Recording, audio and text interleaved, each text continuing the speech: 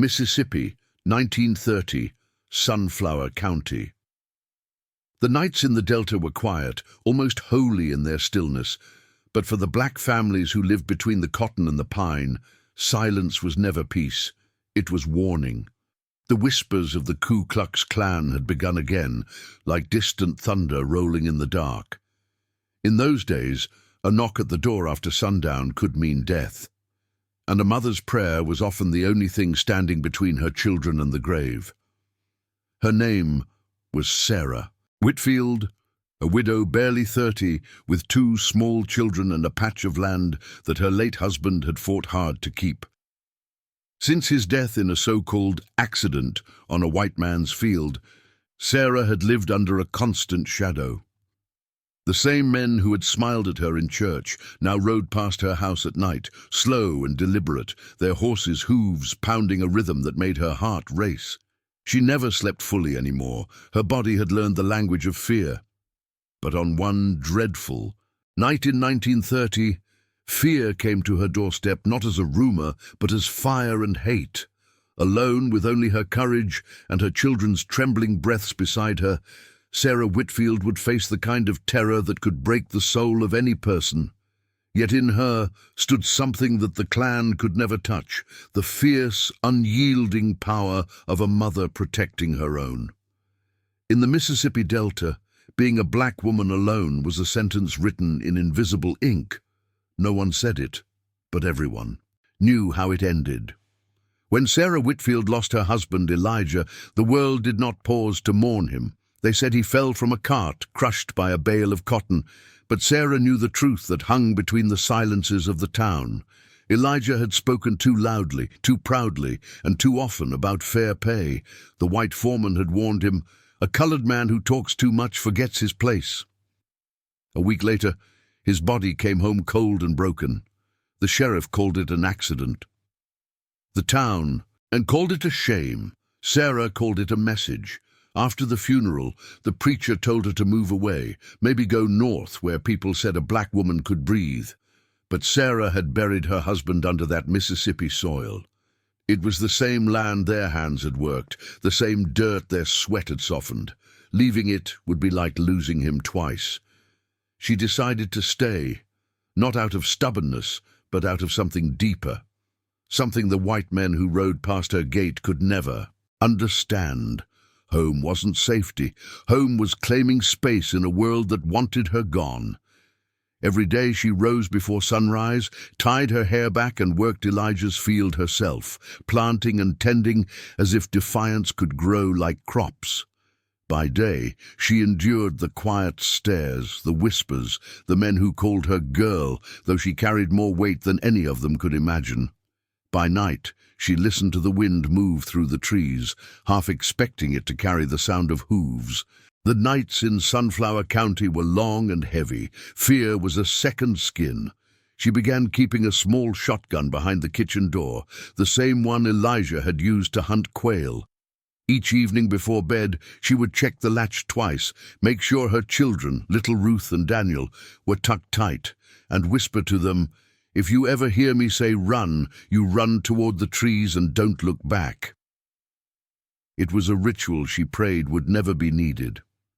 But deep down, Sarah knew that prayers alone didn't stop men who wore masks, only strength did, and she had learned that strength the hard way. It was late September, the kind of night when the air felt too still, like the world was holding its breath. The harvest moon hung low, painting everything in silver, the cotton fields, the fence posts, even the dirt road that ran past Sarah's little house. She had finished supper with her children and was mending one of Daniel's shirts by lamplight when she heard it. The low hum of tires on gravel. It wasn't common for cars to pass that way after dark. The road led only to the church and the river. She looked up, her needle frozen mid-air. The sound grew louder, then slowed. Headlights swept across the window, 2 long beams cutting through the thin curtains, and for a second she saw the white dust swirling behind the car like ghosts. Then the engine went silent. Her heart began to pound. She rose slowly, crossing the room to blow out the lamp. The house fell into darkness, save for the faint orange flicker from the fireplace. She moved to the window and peeked through the curtain. There it was, a black Model T parked just beyond the fence, 3 shapes inside, motionless. They didn't knock, didn't speak. They just sat there, their faces hidden behind shadows and hate. The seconds stretched, heavy and endless. Her children stirred behind her, half asleep, unaware that death was sitting just yards away. Sarah's hand went to the shotgun, its wooden handle cool beneath her trembling fingers. Then, as suddenly as it had stopped, the car door opened. One man stepped out, his boots crunching on the gravel. He lit a cigarette, the flame briefly revealing his face. Pale, hard, cruelly calm. The same man who'd told her at the store last week that a woman like you don't last long alone out here. She watched him exhale smoke and say something to the others. Laughter followed, low, mean, certain. They weren't here to scare her. They were here to finish what had begun with Elijah. Sarah felt something tighten in her chest, not fear exactly, but a kind of steel. She turned toward her children, sleeping soundly on the floor mattress, and whispered the words she'd practiced for years, but prayed never to use. "If I say run, you run." She could feel every heartbeat like a hammer as she moved to the door and slid the bar into place. Her breath came slow and measured, her mind sharpening with each second. These men thought they were hunters, but they had no idea what a mother became when cornered. The world outside may have belonged to them, but inside those 4 walls, Sarah Whitfield ruled, and tonight she would prove it. The first knock was soft, almost polite, the kind that made your heart hesitate before your mind caught up. It came again, harder this time, a heavy pounding that made the thin wood of the door tremble. "Evening, Miss Whitfield," a voice called out, smooth as poison. "We just came by to talk." The sound of it made her skin crawl. She knew that voice.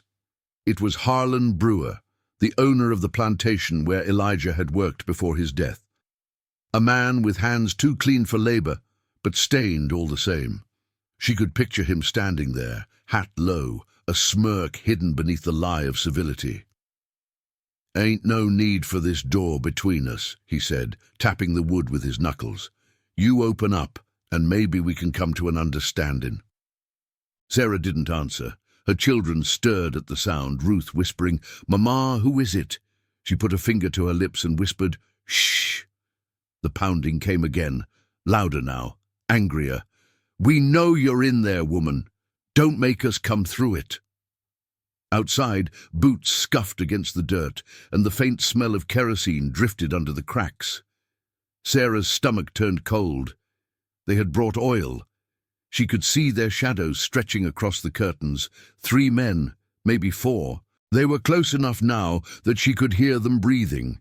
She crouched beside the hearth, pulling the shotgun into her lap. Her hands shook, not from fear, but from the weight of what she might have to do. Elijah had once told her, "A gun don't make you safe, Sarah. It just makes you ready." She understood that now. She looked at her children, Ruth clutching her doll, Daniel wide-eyed and silent, and she felt something rise inside her that no man, no hood, no hatred could touch. It was the fire every mother carries, the one that says you'll die before you let harm touch your blood. The third knock wasn't a knock at all. It was a kick. The door shook hard enough to rattle the hinges. Sarah stood, her heart pounding so loud she thought they might hear it. She cocked the shotgun, the click echoing through the small house like thunder. "Ain't nothing to talk about," she said through the door, her voice low and fierce. "You come through that door, and you'll meet the Lord before the morning light." The silence that followed was thick, heavy with disbelief. Then one of the men laughed, a cruel, hollow sound. "You think you can stop us, gal?" he hissed. Sarah didn't answer. She didn't need to. The firelight danced across her face, and for the first time that night the fear in her eyes turned into something else. Resolve. If they wanted to bring hell to her door, she was ready to send it right back through theirs. The next sound was the crack of splintering wood, a boot driving through the lower panel of the door. The frame shuddered, dust falling from the rafters. Sarah flinched, then steadied herself. She moved the children toward the trapdoor she'd hidden beneath the kitchen rug, the one Elijah had built years ago, just in case. "Go on," she whispered, her hands trembling as she lifted the small hatch. "Don't make a sound, no matter what you hear." Ruth clung to her, crying silently. "Mama." "Now," Sarah said, her voice breaking only once. She pushed them inside and pulled the rug back over the opening, just as the next blow came, splintering the upper hinge. Outside, Harlan Brewer's voice rose again, this time uglier, stripped of its false kindness. "You had your chance. Ain't no one coming to help you, woman. You should have left when your husband did." His words twisted in the air like a curse. The other men laughed, the sound sharp as knives. Then came the whoosh, the unmistakable sound of liquid hitting wood. The smell of kerosene filled the room, bitter and choking. Sarah's throat tightened. They were going to burn her alive. She could almost see Elijah's face in her mind, that quiet smile, the way he used to say, "Don't let them take what's ours, Sarah." She gripped the shotgun tighter. "Not this house," she whispered to herself. "Not these babies." The first torch hit the porch railing with a hollow thud, then flared bright against the night. The flames licked up the boards. Fast, hungry, orange light spilling through the cracks in the door. Shadows danced across the walls, monstrous and flickering. Sarah crouched low behind the table, every nerve alive, every muscle tight. Through the roar of fire, she heard the crunch of boots on the porch. They were coming closer. She raised the shotgun, the barrel steady despite her shaking hands. The door gave one final groan, then burst open. The first man stepped through, face half hidden by a hood, his torch held. High like a devil's crown. Sarah fired. The sound was deafening inside the small house, a thunderclap of survival and rage. The man dropped where he stood, his torch rolling across the floor, setting the curtains ablaze. Smoke filled the room instantly, thick and black. The others outside shouted, their footsteps scrambling. Sarah reloaded, coughing, her eyes burning from the heat. She could hear them yelling to one another, fear in their voices now. She shot him. God damn, she shot him. For the first time that night, the hunters sounded like prey. Sarah staggered to the window, aimed at the next shadow moving through the smoke, and fired again. Another scream tore through the air. Then silence, broken only by the crackle of fire and the beating of her own heart. She stood there swaying, smoke curling around her like a shroud. She had done the unthinkable. A black woman alone in Mississippi had taken up arms against the Klan. There was no going back from that. But as the flames climbed higher, she realized that the house, her shield and her prison, was now turning against her. She looked toward the rug where her children hid, and for a moment she almost dropped the gun. "Lord," she whispered, "don't let this fire take them." Then she wrapped a damp cloth around her mouth, grabbed the water bucket, and ran toward the doorway. The battle wasn't over yet. It had just changed shape.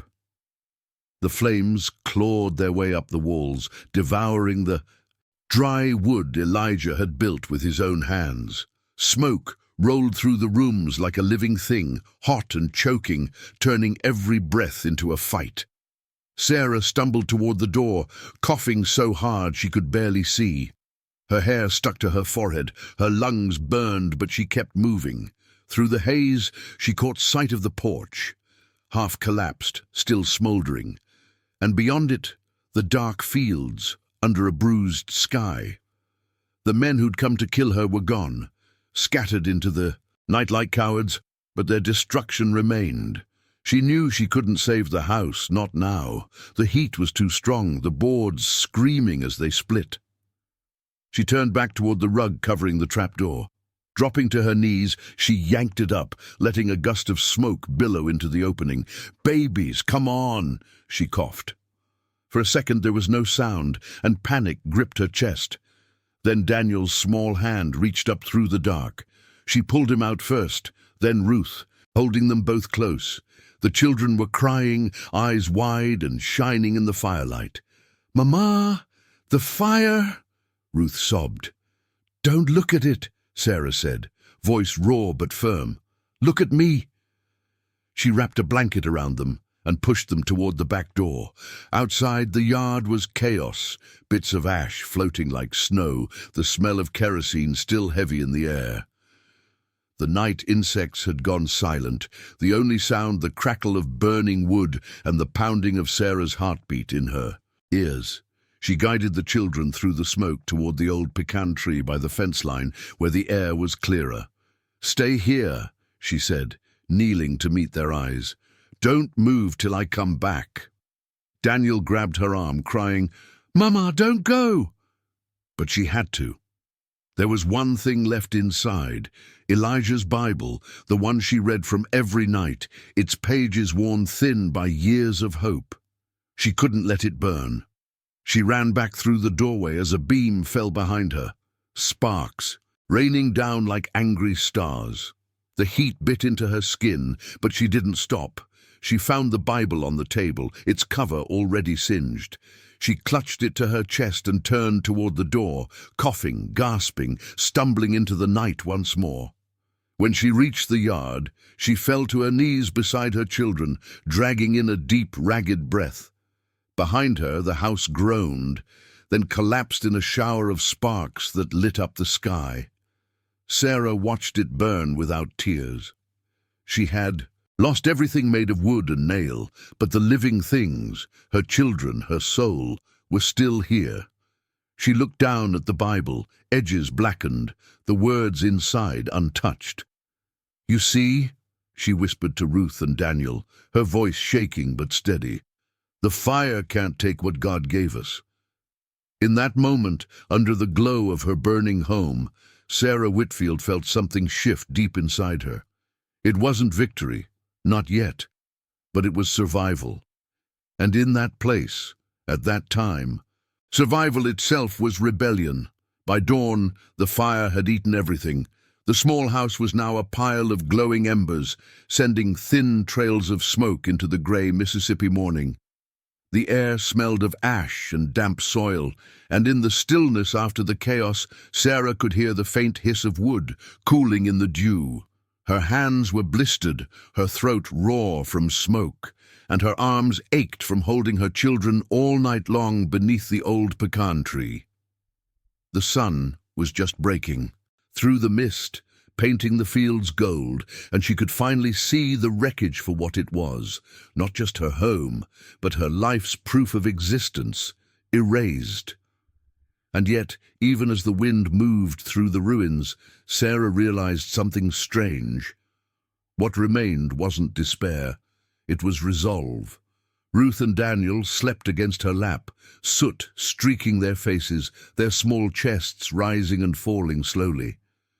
She brushed a curl from Ruth's forehead and felt a wave of gratitude that almost broke her. They were alive. That was enough for now. She could rebuild walls. She couldn't rebuild them. Around them, the world began to wake. A neighbor's rooster crowed in the distance. Somewhere beyond the fields, a church bell rang, a sound that usually meant Sunday, but this morning it sounded like mercy. Sarah turned her head when she heard footsteps crunching on the dirt road. For a moment, her heart leapt, the memory of the night still sharp. But it wasn't the Klan this time. It was old Martha Lewis, her closest neighbor, carrying a bucket of water and a face full of grief. "Oh, Sarah!" Martha's voice broke as she came closer. "Lord have mercy."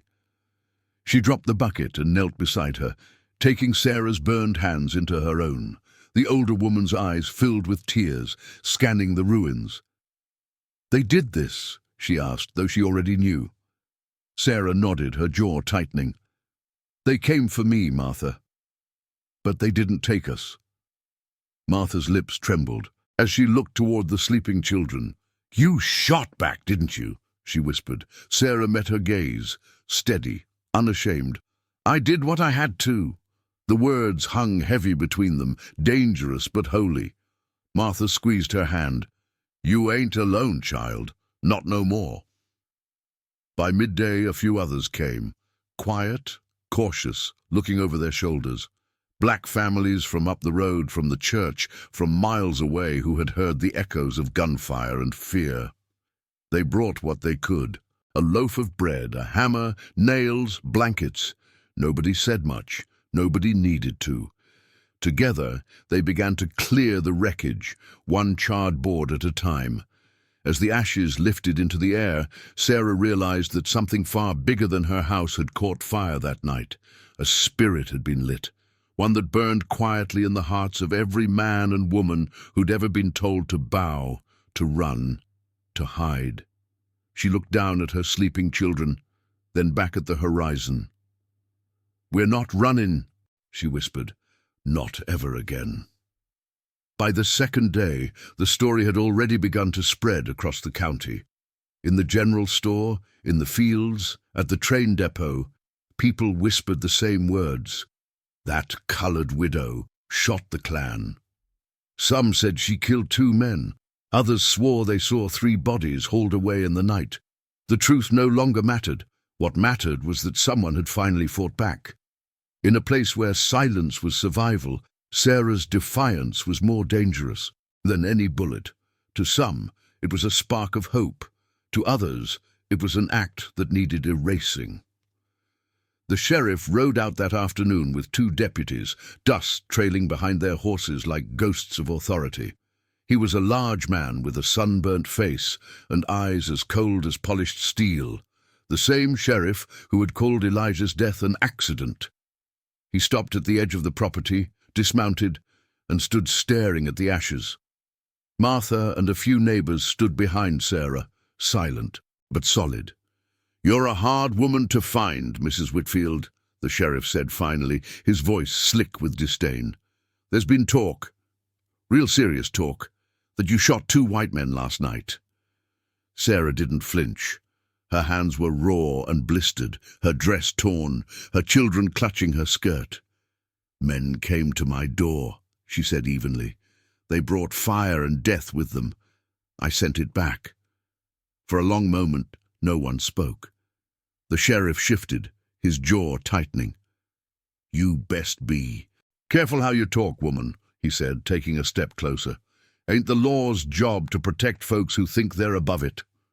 Sarah met his eyes, her voice low but sharp. And who protects us when the law wears the same boots as the men who burn our homes? That hit its mark. One of the deputies spat on the ground, muttering, She's got a mouth on her. The sheriff glanced at the ruins again, his pride stung. I'll be watching you, Mrs. Whitfield, he said finally, watching close. He turned to leave, but as he mounted his horse, he noticed the small crowd that had gathered behind her, neighbors, sharecroppers, church folk, standing shoulder to shoulder, their faces calm but unyielding. He didn't say another word. He just rode off, the sound of his horse fading down the road. When he was gone, Martha stepped up beside Sarah and whispered, You know they'll come again. Sarah nodded, eyes fixed on the road. Then they'll find me ready. She looked down at Ruth and Daniel, who clung to her hands. They tried to scare us back into silence, she said softly, more to herself than anyone else. But now, they've taught the whole county how loud a mother can be. The others nodded, a murmur of agreement rising among them. What had begun as tragedy was turning into something else, something dangerous, something righteous. The night had taken her home, but it had given her a weapon more powerful than any gun, her story.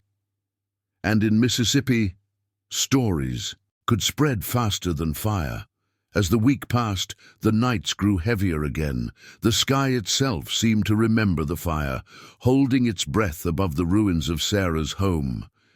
Each sunset came with the same ritual. She would tuck Ruth and Daniel into the bed of the small shack Martha had offered them, kiss their foreheads, then sit by the window with Elijah's shotgun across her knees. Every creak in the floorboards, every bark of a dog in the distance, made her pulse quicken. She didn't sleep much anymore. Fear had a way of creeping back into a person's bones, not loud this time, but quiet, patient, waiting for courage to fade. But Sarah's courage didn't fade. It changed shape. It settled deeper, like a stone at the bottom of a river. Word came from a deacon at the church 2 towns over that the Klan had been meeting again, furious and humiliated. Their dead had names now, sons of merchants, cousins of aldermen, and their fathers wanted blood to wash away the shame. "They say they come in again," the deacon told her in a whisper, hat clutched in his hands. "Maybe not tonight, but soon." Sarah listened, silent, her eyes hard. "Then let them come," she said finally. "I got nothing left they can burn that matters." Her words weren't bravado. They were the simple truth of a woman who had already faced hell and lived. Still, she made plans. She taught Ruth how to move silently through the woods, how to follow the river if they had to run. She showed Daniel where the shotgun shells were kept, and how to hide the Bible under his shirt if they ever needed to flee again. It wasn't the childhood she wanted for them, but it was the one the world had given. The neighbors came more often now, men bringing lumber and nails, women bringing cornbread, quilts, and quiet prayers. Together they built a new cabin, smaller than the first, but stronger, with walls of thick pine and iron nails. Each plank was a statement, each hammer strike, a vow. "They want to see fear when they look this way," Martha said as she worked beside Sarah. "Let them see us build instead." The 2 women smiled, weary but proud. But deep down, both knew what was coming. The Klan couldn't stand being defied by a man, by a woman. It was unbearable. That night, as the stars rose over Sunflower County, Sarah sat outside her new home with her children asleep beside her. She looked out toward the road, the same dirt path where death had once parked, and waited and whispered into the wind, "You know where I live. Come and see what God left standing." The wind carried her words away into the dark fields, but it also carried something else, movement. Far off, beyond the tree line, a single lantern flickered, then disappeared. Sarah's eyes narrowed. It wasn't fear this time that made her heart beat faster. It was certainty. The war for her life wasn't over. The fire had only marked the beginning. It was close to midnight when the first sound came, faint, rhythmic, cruelly familiar. Hooves, slow, deliberate, coming down the dirt road from the north. Sarah was awake before the echo reached her porch. Her hands were already on the shotgun, the same one that had saved them weeks before. The lamp inside was out, the children asleep on the floor beside her, wrapped in the quilt Martha had sewn from scraps of burnt fabric. The night air was cool and damp, heavy with the scent of pine and ash. She could see the fog, rising from the fields, curling like smoke from an invisible fire. Then came the second sound, the low murmur of men's voices, too far to make out the words, but close enough that she could hear the hate in them. Sarah moved silently to the window. There they were, 6 riders this time, torches unlit, their white robes ghosting through the mist like something unholy. They thought they'd learned from the last time. No light, no warning, just death. She could see the gleam of metal. Beneath their coats, the dull flash of rifles. They had come prepared, but so had she. Over the past days, she had dug a trench behind the cabin, covered it with brush, and laid a line of lantern oil just in case. Now, with the riders drawing near, she felt no panic, thus only focus. Her breath came slow, steady. Every muscle remembered the first fire, the first knock, the first scream. She had survived all that, and tonight she would again. The horses stopped at the gate. One of the men dismounted and called out, "Sarah Whitfield, you've made your point. Now come out and pay the price." His voice was hoarse, older, not Harlan Brewer this time, but a man trying to wear another man's cruelty. Sarah didn't answer. He took another step forward, his boots sinking in the soft dirt. "You think this is over? You think you're some kind of hero?" he shouted. "You're a stain, woman. We're here to wipe you clean." The others laughed, a sound sharp enough to make the night tremble. Sarah glanced down at her children, still sleeping, unaware that hell was once again outside their door. She whispered a prayer she didn't even recognize, something raw, half-formed, desperate. Then she stood. "Lord," she murmured, "if you can't stop them, then guide my hands." With that she reached for the oil lantern, lifted it high, and tossed it through the window. It shattered at the rider's feet, fire blossoming in the wet grass like a serpent of light. The horses reared, men cursed, and Sarah fired the shotgun once, twice, the sound tearing through the night. One man fell, his torch catching his robe. The others scattered, chaos exploding in the mist. The burning oil spread fast, turning the yard into a wall of flame between Sarah and the men who wanted her dead. She stood framed in the doorway, the firelight turning her face to bronze. "You came for a woman," she shouted over the roar of the blaze, "but you met a mother." Her voice cut through the crackling fire, fierce and steady. The men stumbled backward, blinded by light and smoke. One turned to run, and then another. Within moments the yard was empty, but for the sound of flames consuming the earth. Sarah lowered the shotgun, her breath ragged, her eyes wet but unyielding. Behind her, Ruth and Daniel stirred, waking to the glow of another fire. But this time, it wasn't fear that filled their mother's face. It was power.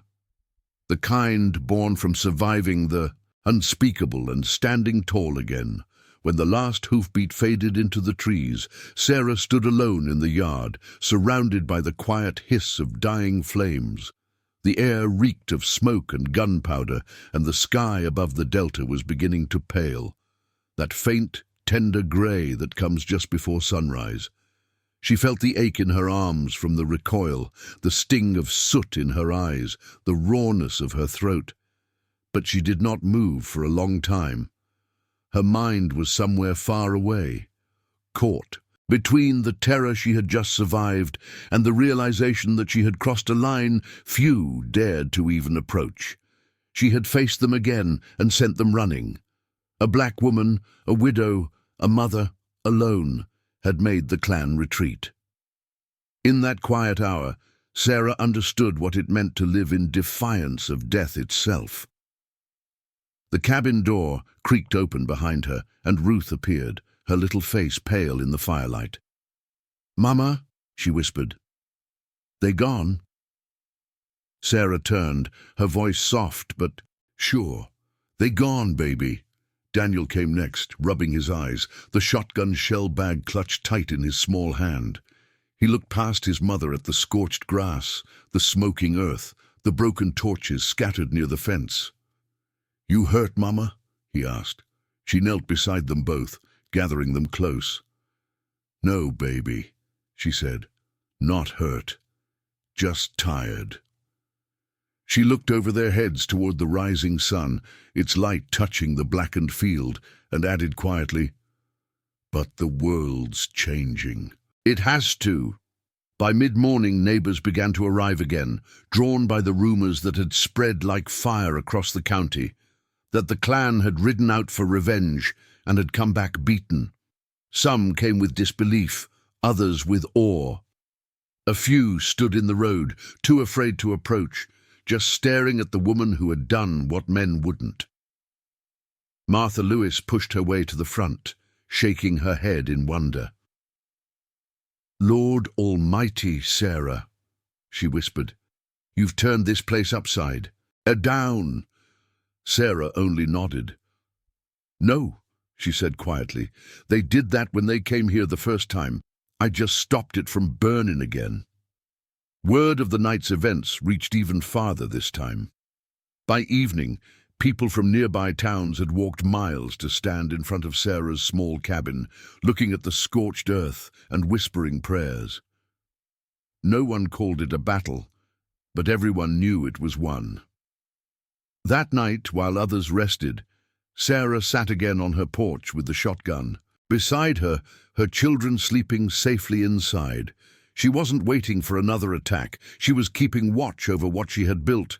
Not the cabin, not the land, but the idea that fear could be beaten, even in Mississippi. When the wind moved through the trees, it carried with it the faint smell of ash and freedom. It didn't take long for the consequences to arrive. Courage, in that time and place, was a dangerous currency, and Sarah had spent it all. By the third morning after the attack, word had reached the courthouse in Greenwood. A deputy arrived on horseback with an arrest warrant folded neatly in his breast pocket, claiming public endangerment and unlawful use of a firearm. When he dismounted at her gate, the crowd of neighbors that had gathered every day since the fire stood between him and the door. "Mrs. Whitfield here?" he barked. "She's wanted for questioning." Martha Lewis stepped forward, her back straight, her eyes narrow. "Questioning what?" she asked. "Protecting her children?" The deputy's lip curled. "Stand aside, ma'am. The law don't need a choir." Sarah emerged before anyone could stop her. She looked tired but composed, her dress clean, her hair neatly tied. She held Daniel's hand and gave Ruth a small nod to stay inside. "You can ask your questions, deputy," she said evenly, "but I ain't sorry for what I done." He blinked, unprepared for her calmness. "You killed white men," he said, his voice low, as if the words themselves could summon trouble. "You think that don't come with a price?" Sarah stepped closer, her shadow long in the midday sun. "They came to hang me and burn my babies alive," she said. "The only price I paid was keeping them alive." The deputy hesitated, glanced at the crowd, then muttered, "You best watch yourself, woman." He turned, mounting his horse again, but before riding off, he spat in the dirt near her feet, not out of triumph, but frustration. He knew arresting her now would cause a riot. That evening, the church bell rang without warning, a signal that something was happening, something bigger than one woman's defiance. People flooded into the little wooden chapel by the river, where Pastor Rowland stood at the pulpit, holding the singed Bible Sarah had saved from the fire. "This woman," he said, his voice trembling with emotion, "has shown us what faith looks like with its sleeves rolled up." The congregation murmured, many in tears. They thought they could burn her faith, but all they did was light it brighter. Sarah stood in the back, her children beside her, their small hands gripping her dress. She didn't want praise, she wanted peace. But as she looked around at the faces of men and women who had lived too long on their knees, she understood something profound. Her stand had given them permission to believe again. When the service ended, Pastor Rowland approached her quietly. "You know they'll try again," he said. "They can't stand what you've done." Sarah nodded, her gaze steady. "Then let 'em come," she replied. "I ain't afraid of men who hide from the sun." He smiled sadly. "That's what frightens them most, child. Not your gun, not your words. It's that they can't make you small again." As the people began to leave, the churchyard filled with the low hum of a hymn, voices rising into the night air. I shall not be moved." Sarah joined in softly, her voice blending with theirs, her eyes lifted toward the stars. She knew the price of her defiance would keep climbing, but she also knew that freedom, once awakened, was a debt worth paying. Weeks passed, and the scars of that night turned into stories told in whispers, in church basements, in the lines outside the mill. Sarah's name traveled beyond Sunflower County, carried by the same wind that once carried the smell of smoke. To the white men in power, she was a threat, a woman who had embarrassed them, who had rewritten the script of fear. To her own people, she was something sacred, proof that courage wasn't a man's birthright, but a mother's instinct. People began visiting her small cabin, not out of curiosity but reverence. They brought letters, food, candles and prayers. Some called her Sister Whitfield. Others just said, "The woman who stood." Every night as she watched Ruth and Daniel sleeping, Sarah whispered a single promise to herself, that their children, and the children after them, would grow up knowing that strength could live in the smallest, quietest hands. The clan didn't vanish after that. They never do. Hate only hides when it's wounded. There were still threats, still shadows moving in the fields, still crosses burned at the edge of town. But the night didn't belong to them anymore. Something had shifted in Sunflower County. Black families who once trembled at the sound of hooves now stood together on their porches, rifles in hand, lanterns burning bright. Church sermons changed, no longer only about endurance, but about deliverance. And in that transformation, the story of one mother became a seed for something much greater. A movement was forming, invisible yet unstoppable, growing from every act of defiance, every whispered prayer, every hand that refused to let go. Years later, when journalists came to Mississippi looking for stories of the resistance, they found Sarah Whitfield living quietly on the same land where it had all begun. Her hair had turned silver, her voice softer with age, but her eyes still carried that same flame.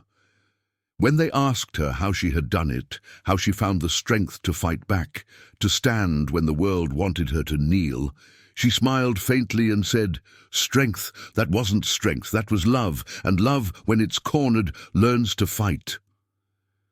The young reporter wrote those words down carefully, not realizing they would outlive him. In the years that followed, Sarah's story would become a song sung quietly in cotton fields, a sermon shouted from pulpits, a lesson told to daughters about what a mother's courage can do. They burned her home. They tried to break her will. But in the ashes of that night, Sarah Whitfield became something greater than her fear. She became a living fire, the kind that can never be put out.